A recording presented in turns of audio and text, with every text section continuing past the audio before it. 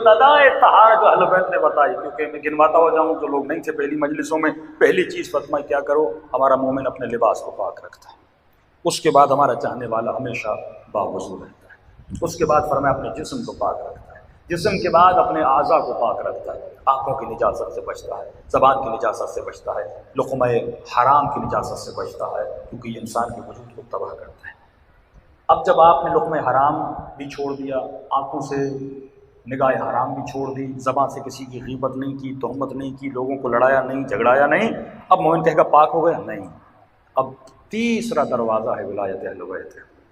पहला दरवाज़ा तहारत ज़ाहिरी, दूसरा दरवाज़ा तहारत बातिनी, आज़ा की तहारत, तीसरा दरवाज़ा यह है कि फरमाया जो हमारा चाहने वाला है वो ला यानी चीज़ों से दूरी करता है, ऐसे काम जिसका कोई फ़ायदा नहीं है, ऐसे काम जो फजूलियात में शुमार होते हैं उन चीज़ों से दूरी करता है।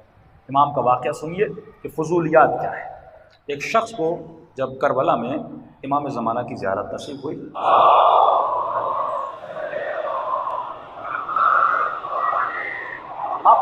ये ईमान का थोड़ा आला दर्जा है, इस पर आना वाक़ई अवाम उन्नास के लिए बहुत मुश्किल है, लेकिन इंसान अगर करने पर आए क्यों मुश्किल नहीं, सिर्फ मिसाल दे रहा हूँ आप। जब इमाम की ज़ियारत हुई, कहता है कि 40 शब बुध मैंने मेहनत की ताकि मौला की ज़ियारत हो जाए, और जब मौला की ज़ियारत हुई, अब ज़ाहिर शुरू में इसने पहचाना नहीं कि मेरा मौला है, बैठे अरब आपको पता है कहवा पीते हैं, कह रहा मैं कहवा पी रहा था, मैंने कहा सैयद अयाल में दीन ए बुजुर्गवार आप भी कहवा पियो, कहते इमाम ने फरमाया हम इन फजूलियात से दूर हैं, हम इन फजूलियात से दूर हैं, यानी जिसका मेरे वजूद को कोई फ़ायदा नहीं है। अब ये चाय की आदत अंग्रेज़ हमें डाल के गए, लेकिन ये भी एक और चीज़ है, फरमाते अगर जिस्म को आदत हो जाती है इंसान फिर रह भी नहीं सकता, वो एक अलग कल्चर है। अगर आदत होगी आप नहीं पिएंगे, सर में दर्द होगा तो ज़िंदगी के मामलात कैसे होंगे। लेकिन जो जवान को इन चीज़ों की आदत है ही नहीं, तो ख़ुद को ऐसी चीज़ों में मत डाले जिसका न जिस्म को फ़ायदा है, जिसका न रूह। लोग सिगरेट पीते हैं, गुटखा पीते हैं, पान हमेशा मुंह में रखते हैं, तो अब आदत हो गई, अब छोड़ना मुश्किल है क्योंकि ब्लड में निकोटीन चला जाता है, अब वाकई उनके लिए मसाइल होते हैं। लेकिन जो जवान इब्तदाई मराहिल में,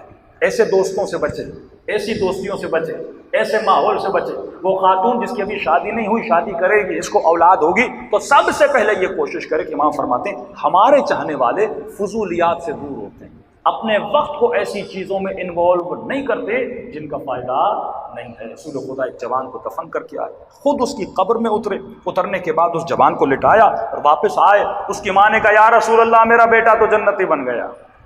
नबी ने कहा तुझे कैसे पता चला जन्नती बन गया? ये इल्म तो परवरदिगार आलम है। कहा आप उसकी कब्र में लेटे हैं, कहा मैंने दुआ की है, लेकिन ये मत कहा करो कि मेरा बेटा जन्नती बन गया, उसके लिए दुआ किया करो। माँ जैसे नबी के दरबार से निकली, एक मरतबा रसूल के चेहरे के आसार बदले, आंखों से आंसू बहने लगे। सहाबी ने कहा या रसूलल्लाह रो क्यों रहे हैं? कहा अभी अभी कब्र उस जवान को फिशार दे रही है।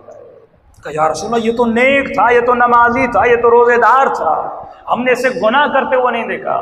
फरमाया ये ला यानी चीज़ों में खुद को बहुत मशगूल रखता था, सुबह से शाम तक ऐसी महफिलों में, ऐसी जगहों पे बैठ जाता था जिसका कोई फ़ायदा नहीं था। अली वाला हमेशा खुद को ज़िक्र खुदा में मशगूल रखता है या ऐसे कामों में मशगूल रखता है जिससे उसकी दुनिया बने, जिससे उसकी आखिरत